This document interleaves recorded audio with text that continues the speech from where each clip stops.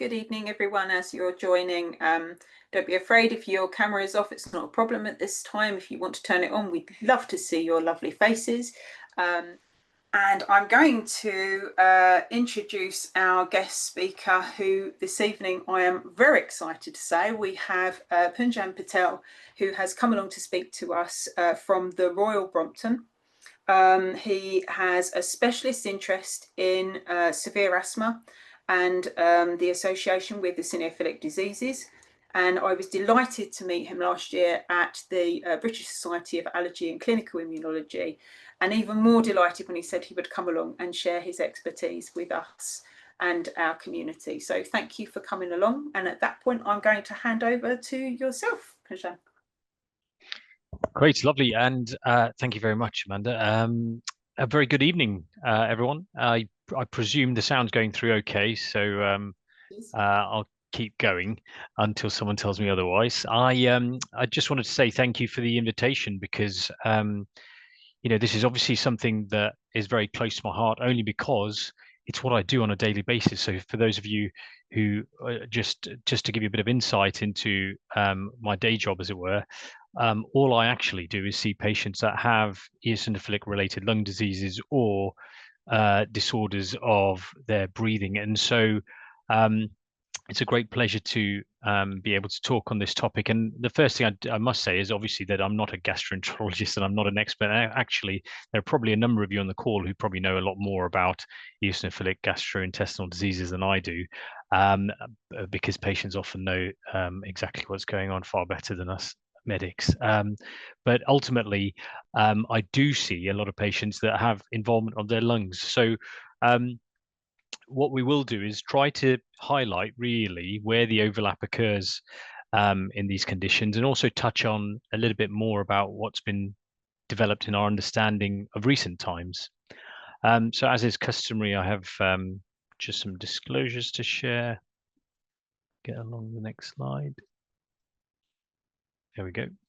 And so the next kind of 45 minutes or so, we will go over the essentials in the sense of just highlighting where the overlap really lies, and actually probably give you an insight into what we don't know, because there's a tremendous amount still that's awaiting further research or further evaluation. And I will, of course, because of the spread of audience members that we have, I will, of course, do my very best to ensure that we have that the level is pitched correctly. So I've intentionally left out too much science or too many different pathways and proteins and cytokines. So hopefully that will be easier to digest. And then I will go into the meat of it all, which is really just to give you some insights into what happens when we do find people that have eosinophilic related lung diseases, and specifically focusing on asthma and asthma related vasculitis or eosinophilic vasculitis, because those are probably the two most common scenarios that we encounter when it comes to eosinophilic lung diseases. And also those are the two that have the most significant amount of overlap. And then finally, I thought I'd give you a little taste of what is really at the frontier of the connection between the gut and the lung, and what it is that we've learned through a lot of the work that's been done by colleagues across the States and in Australia. And so I'll try to distill that out before I end. So first and foremost, we know that eosinophilic gastrointestinal diseases are a kind of umbrella term for a number of conditions. And as you can see in this list here, every various part of our intestinal system, from our esophagus, so our swallowing tube, all the way down to the rectum at the end there, can be involved or can be infiltrated by the white blood cells that we all are very familiar with, and they're the things that are obviously causing a lot of the trouble there. Now, as I mentioned, when you do look up to try and understand how much overlap there is between these conditions and lung conditions, this is what you'll find: a very empty kind of plane of not much that's really out there in terms of epidemiologic studies. So studies looking at what the incidence or the prevalence is of these conditions when they overlap with the lungs.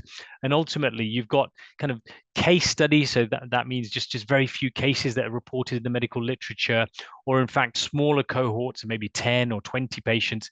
And obviously, when it comes to trying to share with you what the true or genuine prevalence is of overlap of all those conditions with lung diseases, and specifically lung diseases such as asthma, the evidence is very weak and scant. The one that we do know a lot about is eosinophilic esophagitis and asthma. And we already know that there's a very strong established link between the two, and especially when it comes to allergies or a history of allergies as well. So as you can see, I've just drawn a few parallels between the clinical feature or the prevalence and incidence features. And what's interesting to note is that with eosinophilic esophagitis, we know there's a male predominance. And with asthma, that's the same up until people go through puberty. So once they go through puberty, that actually changes and it becomes a more female predominant condition. And we don't really understand what's going on there, but obviously you can surmise that there would be a hormonal component to that. But research has really not allowed us to delineate exactly what that trigger or what that element that's responsible for the distribution there is. So asthma is far more predominant in females after puberty, whereas it's the reverse in childhood. Now, the other feature that we often hear about is uncontrolled reflux. And obviously, patients that have eosinophilic esophagitis will often have heartburn and trouble with not only dysphagia, swallowing and so on, but actually symptoms that don't respond to their medications like proton pump inhibitors like omeprazole or lansoprazole.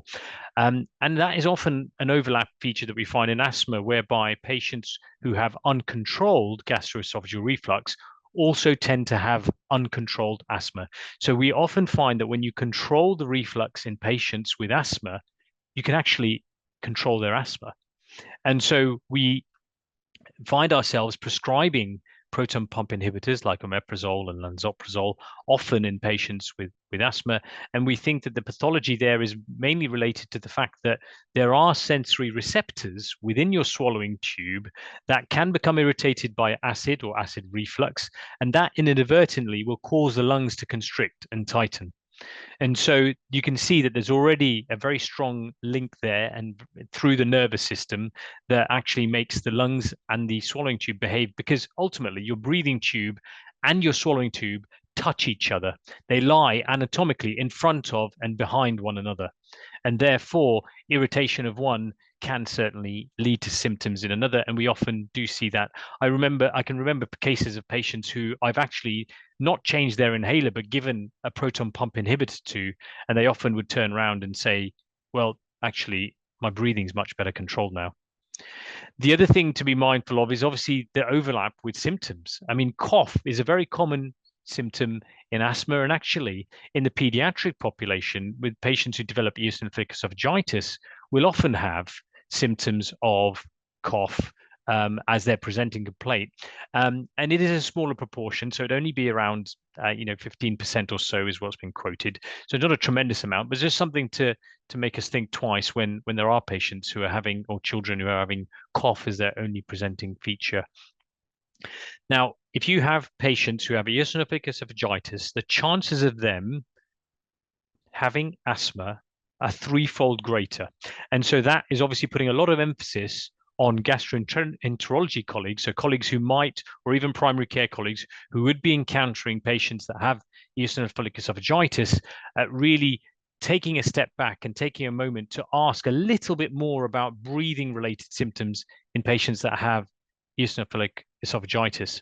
And looking at that conversely, when people come to myself as a respiratory consultant, if there are patients who are telling me that they're having refractory, so refractory meaning they're taking their tablets for reflux and they're still having symptoms, you can see here that from this prospective study, again, of which there are not many, about 1 in 10 people were found to have eosinophilic esophagitis. So it's up to us as respiratory consultants and clinicians also to be far more mindful of this and ask patients, are they a little bit more about things like dysphagia with swallowing issues, choking issues, and so on, when they come to us with symptoms that are not responding to typical proton pump inhibitors when they've got reflux, because we know the overlap is very strong.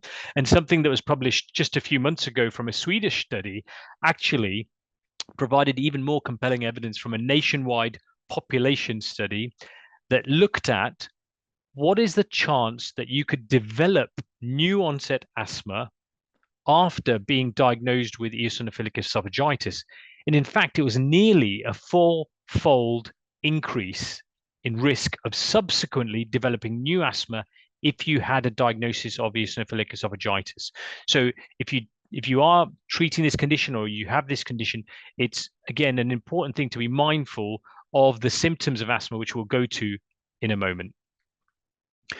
So those are the comparisons. So why don't I move into a domain that I'm tremendously more familiar with, or at least I should be, and that is obviously asthma. And this is, as I said in a few slides before, is a very prevalent feature of both of the conditions, both the eosinophilic gastrointestinal diseases and, of course, respiratory diseases in general. And asthma is the most common chronic lung condition globally. And when we look at the definition of asthma, and this definition I'm using is from the Global Initiative of Asthma, which is GINA, G-I-N-A, and they publish a report every year with a very large report, in fact, kind of using experts from across the globe to distill the most recent and up-to-date literature and use that to then formulate recommendations. And so, as you can see in their definition, the very, very first few words includes the phrase, asthma is a heterogeneous disease. And that in and of itself gives us an insight into the complexities around asthma and actually the complexities around the underlying process that's going on within asthma, because essentially what we're saying by calling it a heterogeneous disease are saying that it can present in many different ways and it can have many different features. So if it's heterogeneous, so very mixed, we can't really say that every patient with asthma is the same. And that holds true even to eosinophilic esophagitis. We know that patients can present differently and they have varying symptoms and features, and that holds true for asthma as well. The one thing that is a little bit more consistent is that the symptoms that patients with asthma experience are some form of a combination between wheezing, so wheezing being more of an expiratory sound, so a high-pitched musical sound usually when they're exhaling, shortness of breath, which doesn't really need much explanation, but is predominantly going to be more so on exertion or more understood on exertion, chest tightness, which typically occurs across the middle of the chest, and in fact can also be a symptom and feature of eosinophilic esophagitis as well, and cough as well, which we already mentioned. Now, these symptoms are really the core foundation to understanding and trying to diagnose someone with asthma. So you can't diagnose someone with asthma without at least some form of combination of those symptoms. And crucially, they vary over time. So if you're persistently, constantly, on a daily basis, every hour, experiencing these symptoms, then it's highly unlikely that asthma is going to be the center of it. Because by definition, as you can see here, it's a variable condition. So often prompted by triggers such as allergens or things in the environment or infections, and they will then lead to that variation in time and intensity that's described here. And the consequence of that is tightening of the lungs, of the tubes that reside within our lungs, leading to variation in expiratory airflow. So all that means is that if we were to measure the amount of air that you're able to exhale, when you have that tightness or when you have that increased intensity of tightness within your lungs, you're going to have less air that you can blow out. And that seems logical, and it is as logical as that. So the variation in airflow is a consequence of the variation in how the disease presents. And ultimately, when it comes, if you read further down at the bottom of this paragraph here, you can see that the underlying process within asthma is very much inflammation. And one of the terms that we use to describe inflammation is type 2 inflammation, and type 2 inflammation is usually an umbrella term that we'll use to describe when someone has features of eosinophilic inflammation within their airways, and that in fact does make up the majority of patients with asthma. So to summarize that, we're talking about asthma being a inflammatory condition, so there's a lot of airways inflammation, and that inflammation in the majority of people is driven by eosinophils and other proteins and other cytokines, messenger signals within the airways, within the lungs of those patients. Now, the most challenging bit that I often find, and that's coming from someone who's supposed to be an expert in this, is that diagnosing asthma is extremely challenging. Patients often come to me and say, do I have asthma?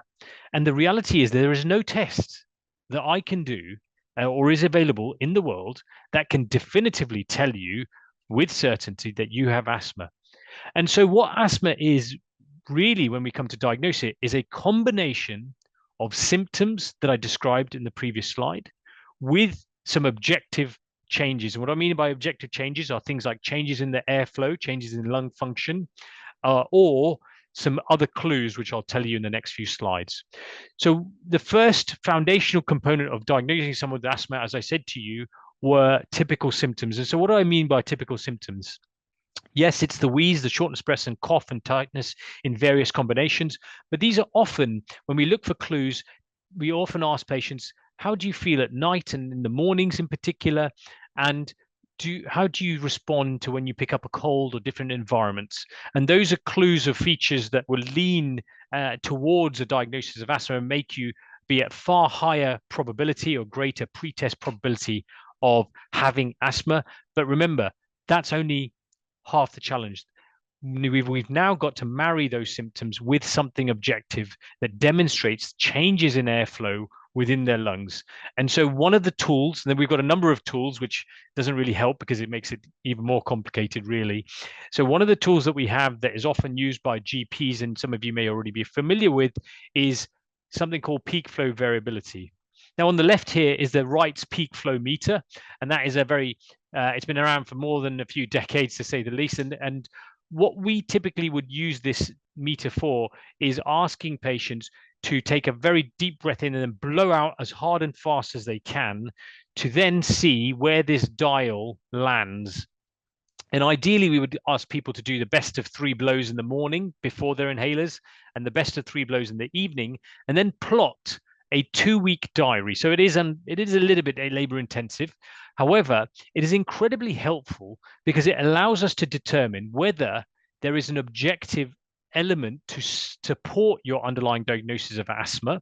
And as I defined to you earlier, asthma by definition is variable. And therefore, we were looking for this variation, as you can see in this patient, who, if you can look at the bottom, did not have any treatment, so had lower peak flows. So the expiratory peak flow is the peak rate, so the peak speed at which you can blow out air. And that is very low in the first week when they were untreated. And as soon as they were put on appropriate treatment, which is typically inhalers, you can see that over the next week, that variability flattened out where there's less peaks and troughs, and actually their peak flow did increase. The issues with peak flow capturing is that it's a very effort dependent test. So you often, if you're feeling very tired, fatigued, lethargic, you won't necessarily give it the best blow. And also there are variations between the meters. So you can't use 2 different peak flow meters. So in terms of accuracy, you must use the same peak flow meter to do that. And obviously we want to ensure that these values are entered correctly and are representative of the best. And ultimately, we've got to catch you in a period where you're feeling well and a period where you're feeling unwell to do the comparison. So that's one way of evaluating that. And that's probably the cheapest and easiest way of doing it in the community or by yourself at home. If we still can't really capture that or get you to do that, then we'll move on to lung function testing. Now, lung function testing, as you can see, these patients here on the right side, it can be done in various different forms. One is handheld machines that some GPs will have in their practices, and the other is formally being in a lung function laboratory, whereby a physiologist would coach patients through the maneuvers required. And all we're really doing is telling patients to take a big, massive, deep breath in, filling their lungs up, and then blowing out as hard and fast as they can, and then taking deep breaths back in with a mouthpiece in them.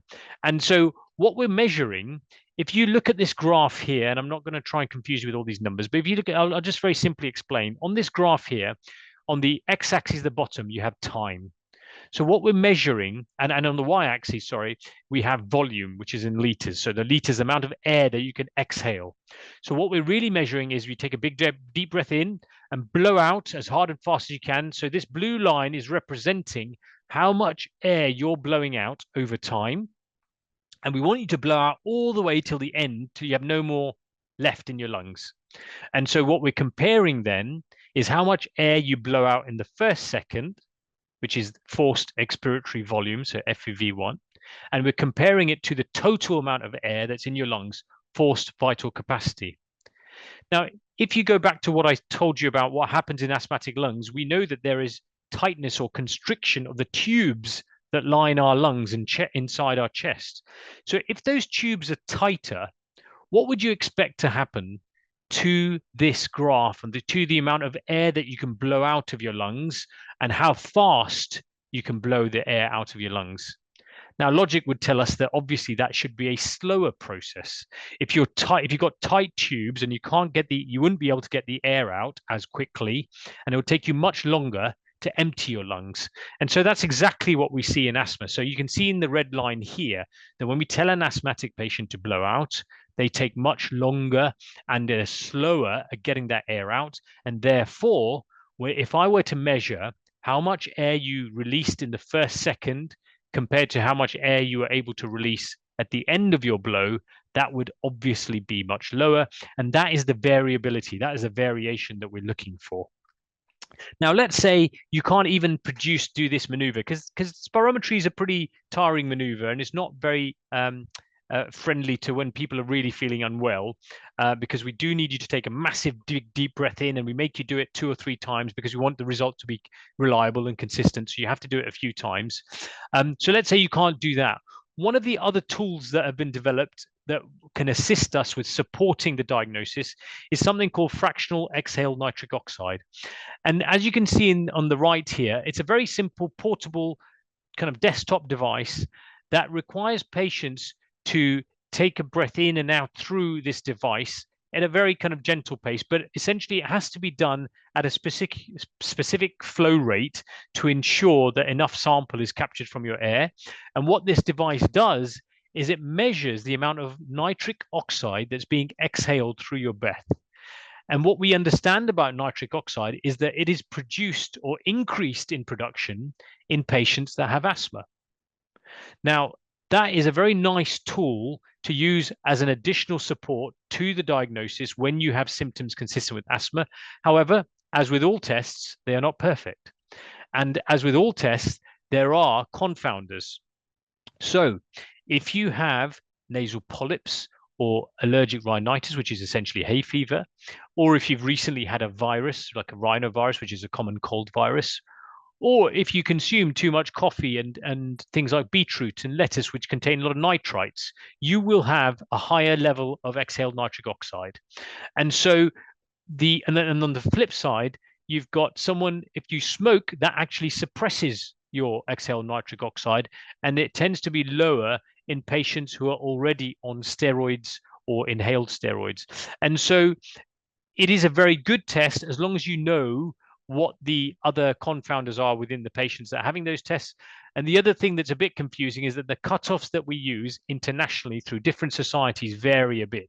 So it makes it difficult for colleagues, healthcare professionals, to interpret these results sometimes. However, the one thing I can consistently tell you is that if that FENO level, so fractional exhaled nitric oxide level, is above 50, that is pretty high, and that's very suggestive in someone who's got symptoms of asthma, that they have uncontrolled inflammation in their airways and that they would respond to an inhaled steroid or a steroid tablet as well. And so that is one of the supportive mechanisms we can use. And in fact, the other purpose of using fractional exhaled nitric oxide is that we can tell if someone's taking their inhalers, because if you take your inhalers, that level will come down by 40%. So it's like a target that we can use at the bedside very easily to help direct care and treatment for patients with asthma. So the trouble is that not every GP practice in the country has this. We have got new asthma guidelines that came out at the end of last year, and there's now going to be a very strong push from people like Asthma and Lung UK to try and get FENO testing out into the community more diffusely, because at the moment it's obviously predominantly available in hospitals, but there are a few practices across the country and diagnostic hubs that are doing this. So that is one tool that we can use to support the diagnosis. And again, just to add more challenge to why the diagnosis of asthma is tricky, similarly to eosinophilic esophagitis, which is also a tricky diagnosis to make a lot of the time, you can see that there are lots of conditions that can mimic asthma. So congestive heart failure can actually make you wheeze because the fluid that collects in your lungs tightens your airways, and it can make you wheeze. If you obviously have a foreign body or a drug reaction, that often is misconstrued as being asthma. So that's where we've got mimics and where the diagnosis becomes challenging. So what else can we use, or what else do we have available in our armamentarium? Now, one of the things was really nicely demonstrated in a study that came out almost 20 years ago now. This study was done up in Leicester, and all they did was they took about 74 patients, and half of those patients, they measured their sputum for eosinophils. The other half of those patients, they just put them on the standard therapy without measuring anything.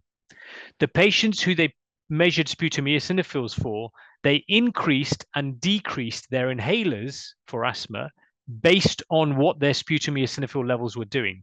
So if they had high levels of sputum eosinophils, which means high inflammation, they would increase their inhaler strength. And if they have low levels of eosinophils in their sputum, they would reduce the inhaler strength. And if they had normal levels of eosinophils, they would do nothing to the inhaler. So they did this for half the patients, and the other half they just managed as per the guidelines.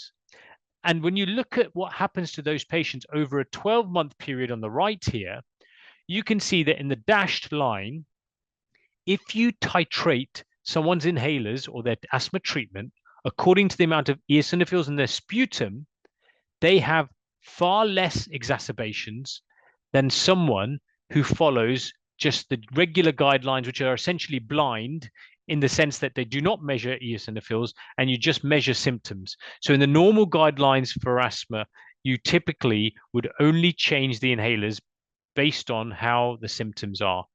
But if you actually target inflammation in the dashed line, look at the difference between the number of flare-ups that patients have and the number of exacerbations that patients would have when they follow a sputum eosinophil directed strategy.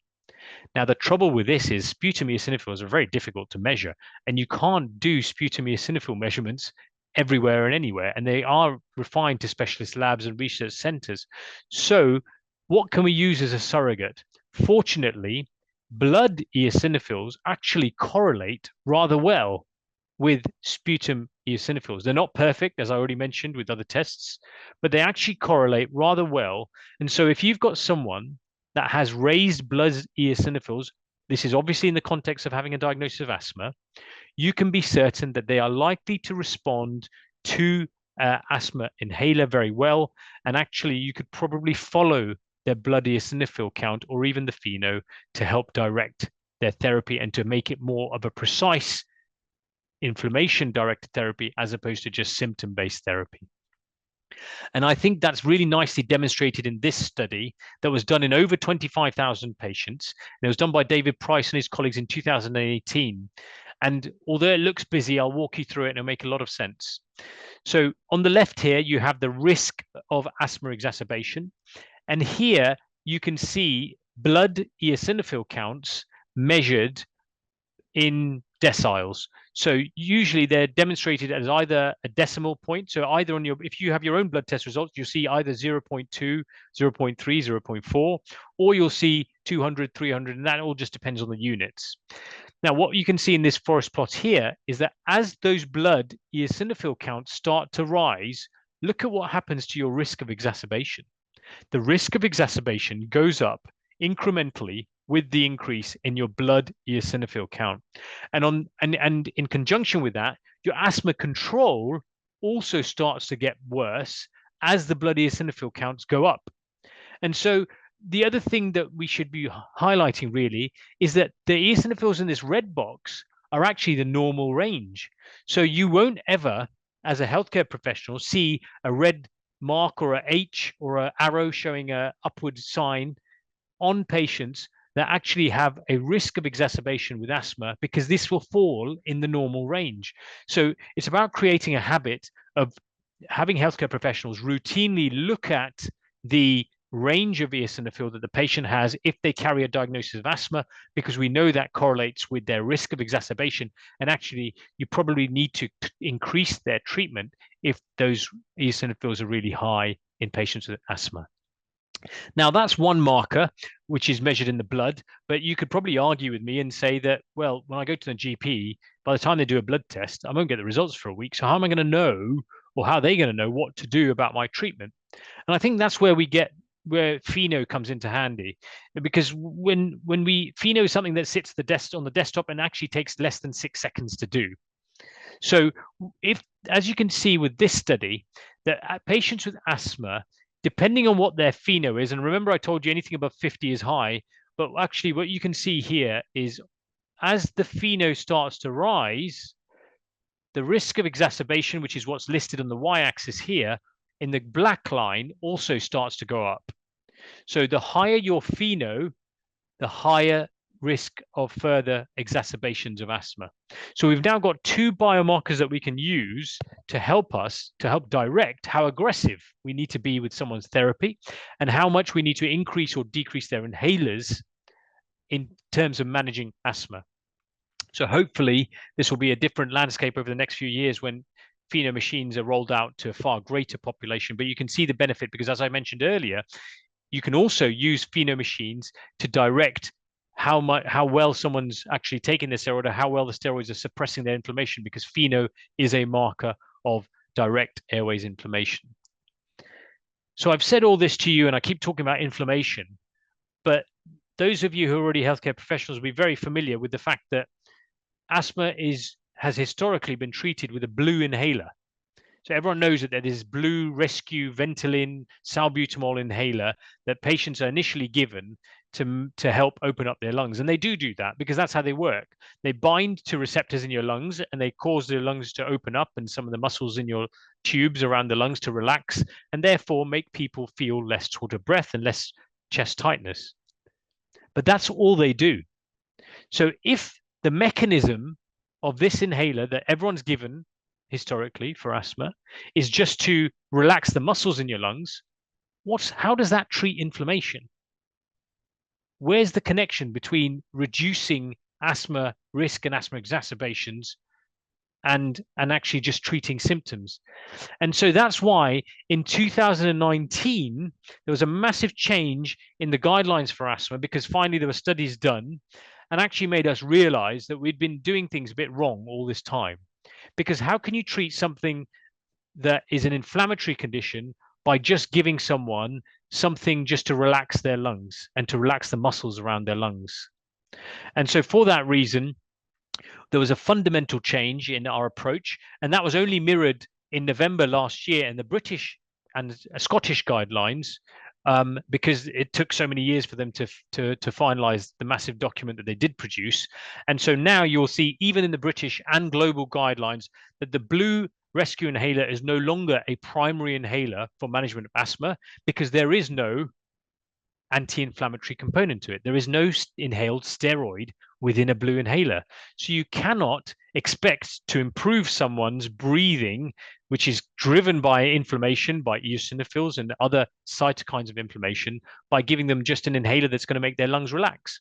So now the first line of treatment, as you can see in this algorithm, is very much that everyone gets what's known as ICS, so inhaled corticosteroids, plus formoterol. And formoterol is essentially a quick-acting bronchodilator, which is the same as what the blue inhaler was doing. So we're basically combining the blue inhaler with a steroid inhaler as the very first line of treatment for all patients with asthma. And if any of you do have asthma and are still on a blue inhaler, I would certainly encourage you to raise that with your clinicians, because it's in global guidelines now very much. It was in the global guidelines since 2019. It's in the UK guidelines since November 2024. So these are changes that all must be taken, that need to take place.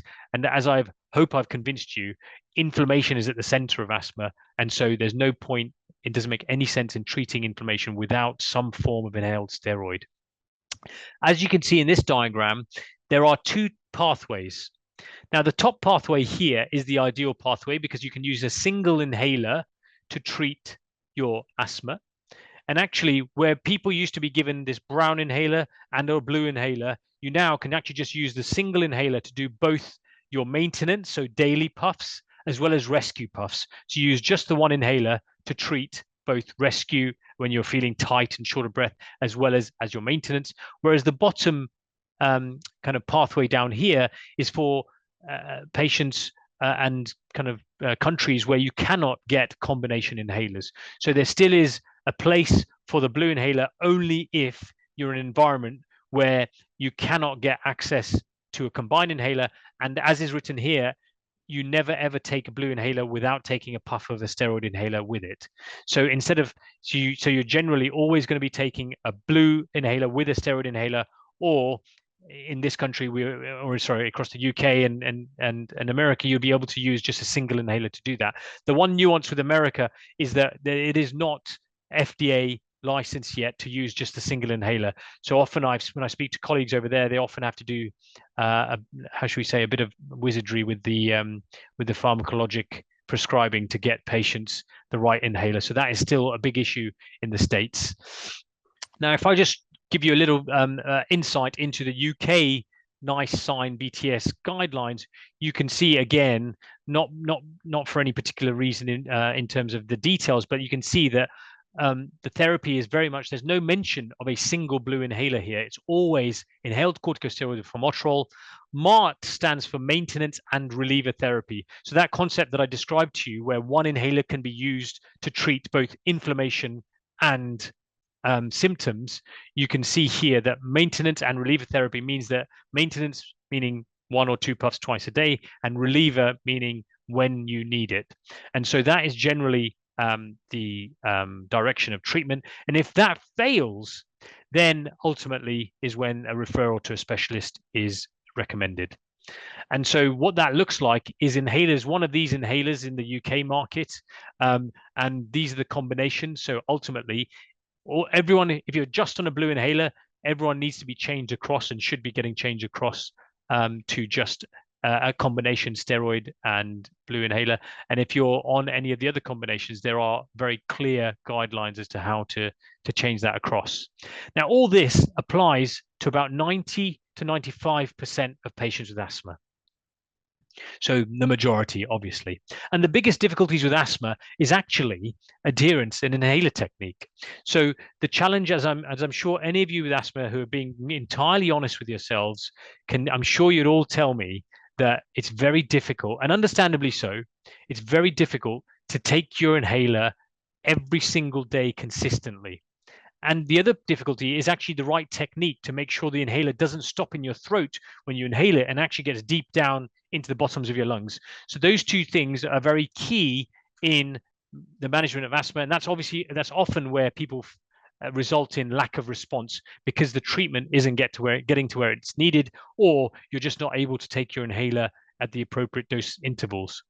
But what about those patients who are doing what they're supposed to do and they're still not responding? And they're still having flare-ups, they still have symptoms? Well, those patients comprise about 5%, or the estimates are sometimes up to 8%, but between 5 and 8% of patients who are taking their inhalers, they're very adherent, and they've got a good inhaler technique, and they're on the maximum dose of inhalers, but they are still having flare-ups and exacerbations. And the reason why those patients are what we would regard as an unmet need are actually because when you compare how much healthcare resource they require, you can see directly here that it's 4 times greater healthcare resource utilization for patients that have severe asthma versus those that do not. And severe asthma really corresponds to patients that fall into that 5% that I mentioned in the slide before.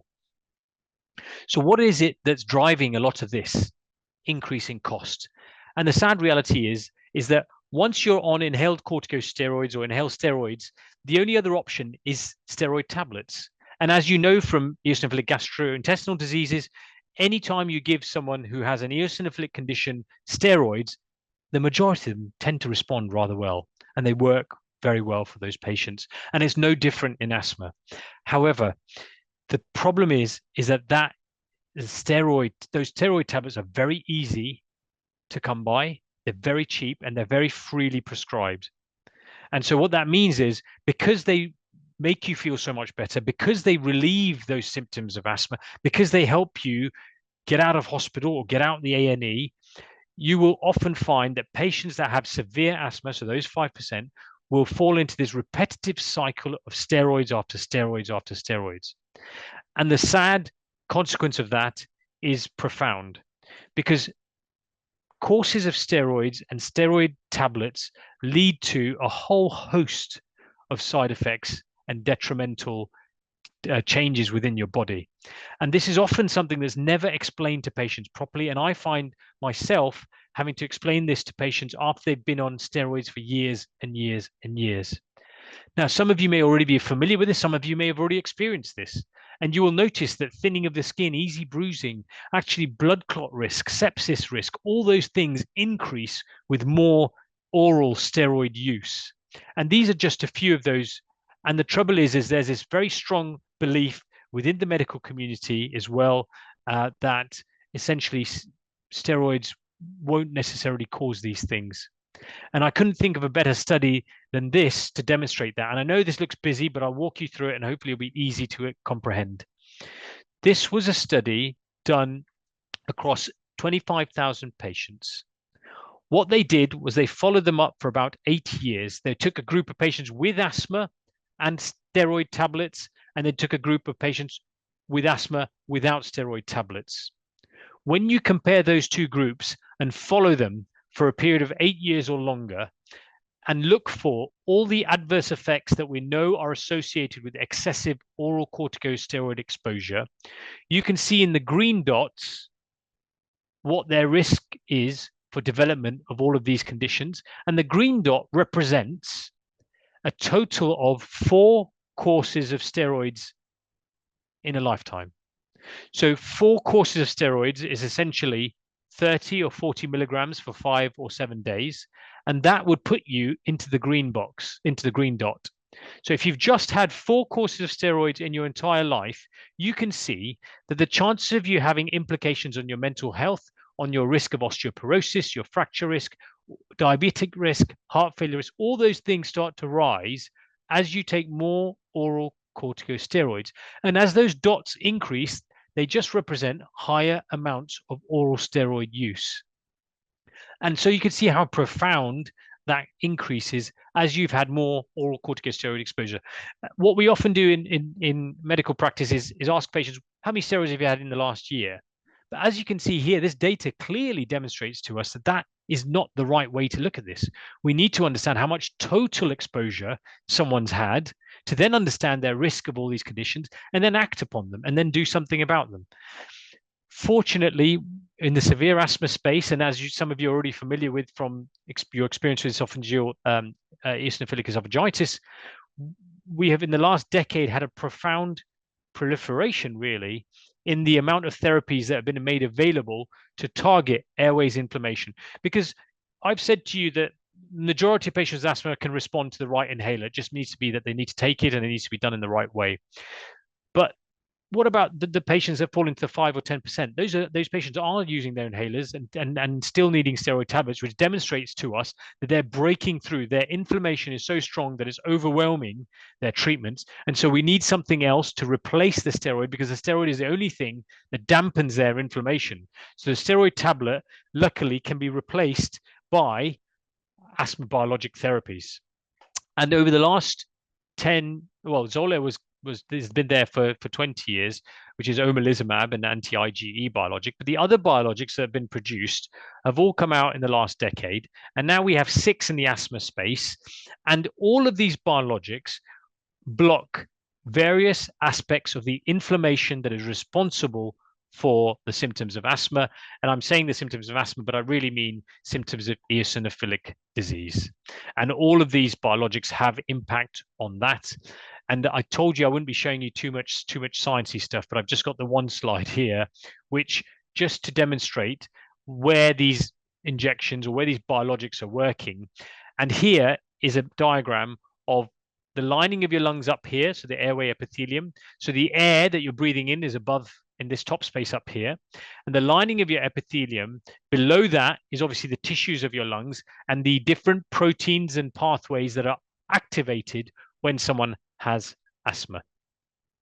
Now, this can be actually mirrored if you were to take biopsies of someone who's got eosinophilic esophagitis, because you would often see that these cells are going to be present in a high number. And actually, all these cytokines that you can see, predominantly IL-4, IL-5, and IL-13, are also very strongly upregulated in the airways of a patient with asthma. And so just to demonstrate where these biologics are working, so omalizumab, as you can see, is an anti-IgE. So it's blocking IgE, which is a allergen-related molecule. So the allergens come into contact with your airway. The allergens get processed by the immune system and get sensitized. And then once the allergens bind to the IgE molecules, they will attach to mast cells, and mast cells degranulate, which means that they pour out all their contents into the airway and cause the chest tightness. They cause the wheezing. They cause the inflammation that they experience. In the same manner here, you have two biologics that work very similarly, but block IL-5. And IL-5, which is demonstrated here, is the key protein and cytokine that's responsible for eosinophil maturation, development, and propagation. So without, it's like the food that's needed for the eosinophils to survive and proliferate. So if you block IL-5, obviously you're going to block the activity of the eosinophils, the movement of the eosinophils, and you'll have less eosinophils in general, as well as less activity of the eosinophils. The other biologic they have available is called benralizumab, and that one actually directly binds to the eosinophils and actually leads to their destruction. So this biologic actually destroys all your body's eosinophils using your body's own immune system. And then dupilumab, which you'll be more familiar with from an eosinophilic esophagitis perspective, has also been used for atopic dermatitis, so eczema and nasal polyps, is something that blocks IL-4 and IL-13, which are again involved in lots of elements of the immune system, as well as driving what we call fibrosis or scarring of the airways. And that's very similar to when we look at eosinophilic esophagitis, because we know in eosinophilic esophagitis, there is fibrosis or increased fibroblast activity, and IL-13 is responsible for some of that activity. So we can see that even in the asthmatic airways, dupilumab does lead to an improvement of asthma control. And finally, the most recent or the newest biologic that's been available in the asthma space is called tezepelumab. And the way this one works is a little bit different to all these biologics, because as you can see, it actually works at the level of the lining of your airways. And specifically, what it's doing is it's blocking the signals that are released whenever your epithelium, so the lining of your lungs, are damaged. So you can see here, there's something called TSLP. So it stands for thymic stromal lymphoprotein. And this biologic blocks that signal. And that signal is responsible for all the downstream effects of inflammation. And I know that currently there is some interest in the eosinophilic esophagitis space. And we know that there was a recent study that showed a very favorable response in nasal polyp disease. So it's almost working very similar to dupilumab, but higher up in the inflammatory cascade. Now, the biggest question is obviously, how do these work? How are patients responding to these treatments? And what we can see, separate from the studies, because let's be honest, in the studies that have been done in patients with any disease, in order to get any treatment approved, you have to do a phase 3 randomized control study. The problem is the selection criteria, at least in asthma, is very different to the selection criteria that you would use in your clinic in our day-to-day practice. And what I mean by that is in randomized phase 3 controlled studies, you end up excluding people that smoked or have smoked in recently.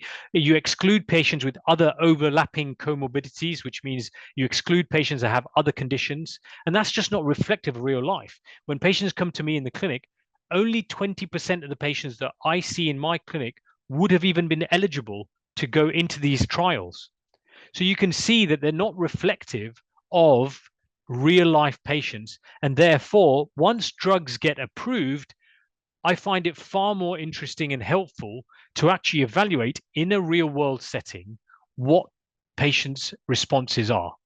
And here you can see that in the real world study that was done in one of the biologics, mepolizumab, you actually had an even stronger response than in the phase 3 randomized controlled study. So in the clinical trials, there was about a 50 to 60% reduction. But when you use these in the real world populations, of patients who smoke, patients that have other conditions, patients that have overlapping conditions, you can actually see that the impact is stronger. And this data on the right is from the UK Severe Asthma Registry, where again, with another biologic, benralizumab, we could see that they went from having 5 courses of steroids in the year before their biologic to having just 1 in the year after and just 1 the year later. So you can see the profound reduction of nearly 80% in oral corticosteroid exposure or in exacerbations that patients have. And so these genuinely work incredibly well. And it makes my job extremely easy because the patients always come back and say how amazing they feel. And that's really more than 80% of patients that respond.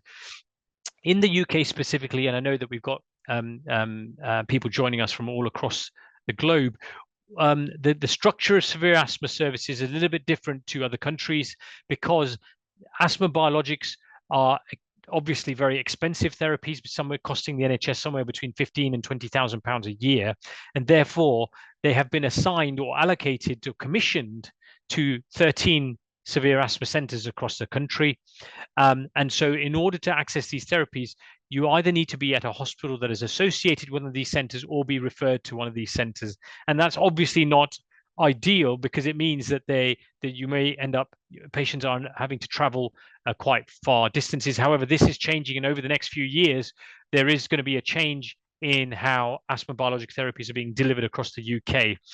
Now, just to put this in the context of eosinophilic esophageal or gastrointestinal diseases, I often get referrals from colleagues in gastroenterology or hematology to try and get their patients onto biologics because they're only being commissioned and funded for either dermatologic conditions like dupilumab for eczema or for asthma.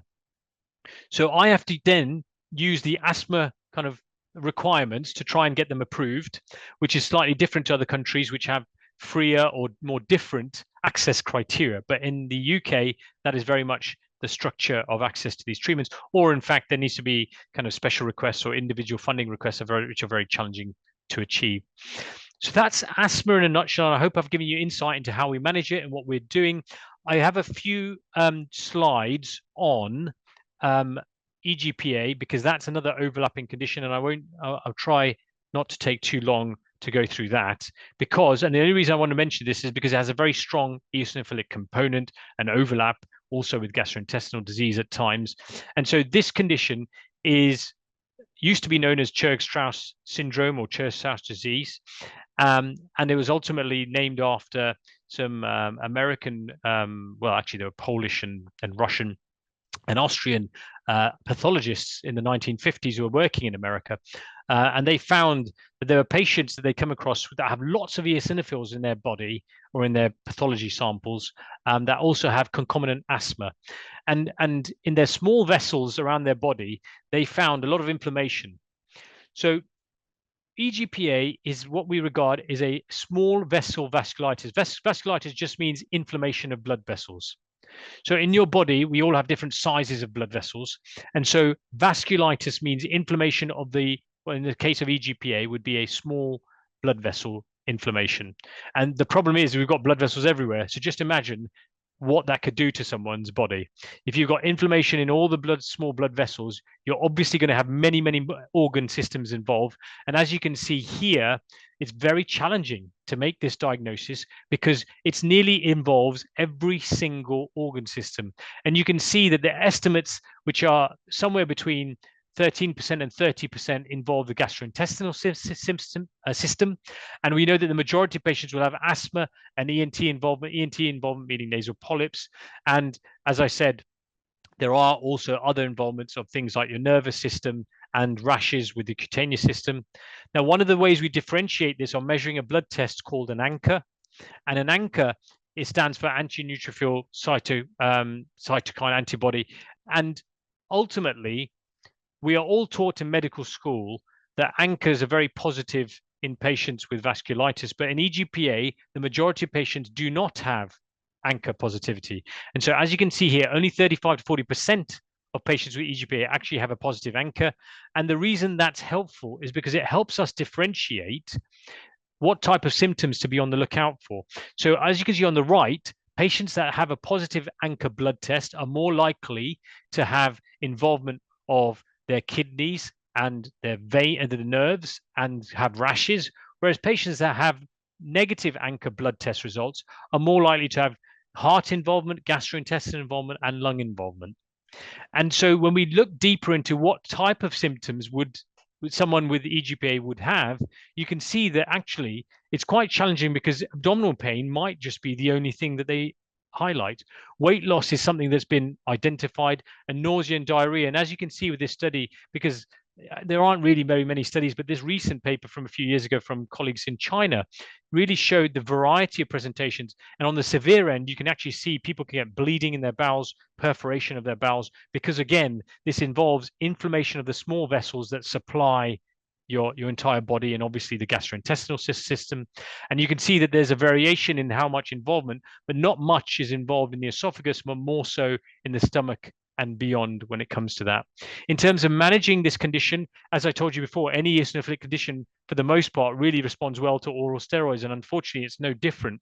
So if you've got a severe patient with EGPA, which means that they're life-threatening, we usually give them intravenous, really high doses of steroids, and even some cytotoxic, so chemicals that would block the immune system very aggressively, or if it's mild and non-severe, then just steroids alone. And in fact, we now have lots of studies in two of the biologics, mepolizumab and benralizumab, showing that they can be used to manage that. So the impact is quite profound, and it's really helpful to have access to those biologics. But this condition is very tricky, but with all that being said, it's extremely rare as well. Now, just to wrap things up, because I know I've gone over time, I will also just highlight something that's on the horizon and that we've learned a tremendous amount of just in the last few years. A lot of this work has been done by colleagues in America and Australia. And what we've understood or come to understand with a lot of mouse or mice-based studies is that there seems to be a lot of crosstalk between what's happening in the gut and the impact that that's happening within the lungs.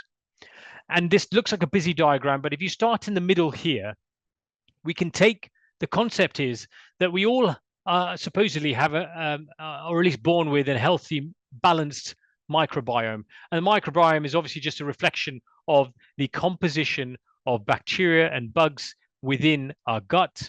The majority of our immune system resides within our gastrointestinal system. So you can understand why there would be some link or association between disruption within the gastrointestinal system and also the impact that would have on our immune health. So if you have someone that's got a healthy microbacterial flora, and then that is somehow irritated by infections, antibiotics, or various changes in the diet, that will lead to a disruption in the composition of bacteria and therefore produce certain compounds that leads to inflammation. And that inflammation can actually travel within our blood up into the lungs, into other organs. What we found is that metabolites, so metabolites being things like short chain fatty acids, which are essentially products of the microbes that reside within the lungs. These short chain fatty acids, one example would be something called butyrate, are actually key energy sources for the lining of our gut. They also influence immune cells, and they also travel within our blood. So those metabolites have been found. So if you were to put a camera into someone's lungs, wash the lungs and suck out all the fluid, and you measure that fluid, you can actually find the same fatty acids that are being produced within the gut, within the lungs. And so there is a very clear and obvious connection between the two. And what that means is that these short chain fatty acids that are being produced in the gut are also influencing the behavior of the immune system. And that obviously includes the eosinophils, and that changes how they behave. To take this a step further, this has been studied even in childhood. And we've got very strong epidemiologic associations demonstrating that early life antibiotic exposure also increases the risk and early life meaning in the first year. So this is antibiotics for the first year. So the first year life exposure, if you increases the chance of developing allergies, and that also has a downstream effect onto conditions like asthma or atopic dermatitis, such as eczema and allergic rhinitis. These studies were all done initially on mice. And what was very interesting is that we can see that in young mice, this tends to be prominent, but in older mice, in adult mice, that doesn't seem to happen. Now, as I said, a lot of these studies are done in mice. We'd still need a lot of time to do them in humans and to extrapolate that. But this is just to give you a taste or a flavor of the direction of research and understanding, because there is very clear, obvious, and strong evidence to show crosstalk between the gut and the lungs. And the influence that has on the behavior of the immune system. And the immune system, as we've discussed previously, is obviously responsible for the inflammation, or the dysregulation of the immune system is responsible for the dysregulation, including how eosinophils behave. But we are still at very early stages here, and we do need a lot more human-based studies on that. So with that final thought, I hope you've got a better sense of what happens in the asthma space, or how the asthmatic inflammation mirrors what happens in the gut or with the eosinophilic gastrointestinal diseases. And the other thing I hope I've managed to demonstrate really is how complex all these conditions are. You know, without people communicating, without multiple specialists sometimes being involved, we can't get to the bottom of this. And I'm sure a number of you are already familiar with the famous parable of the blind men who went to who came across an elephant, and the trouble was that each of the blind men were at different portions of the elephant. So the blind man who was feeling that the elephant's legs thought they were up against a tree trunk, whereas the blind man who was feeling the elephant's trunk thought that they were feeling a snake, and so on. And so the very same exists for eosinophilic airways disease, or eosinophilia in general, whereby there are often a number of specialists involved because of the number of organs that this involves. And with that, I would love to invite some questions. And thank you very much for your attention, if I haven't already lost you. Thank you very much. Thank you so much. You haven't lost us at all. We're all hanging on every word, Pujan. I can assure you. That was an absolutely brilliant talk. Thank you so much.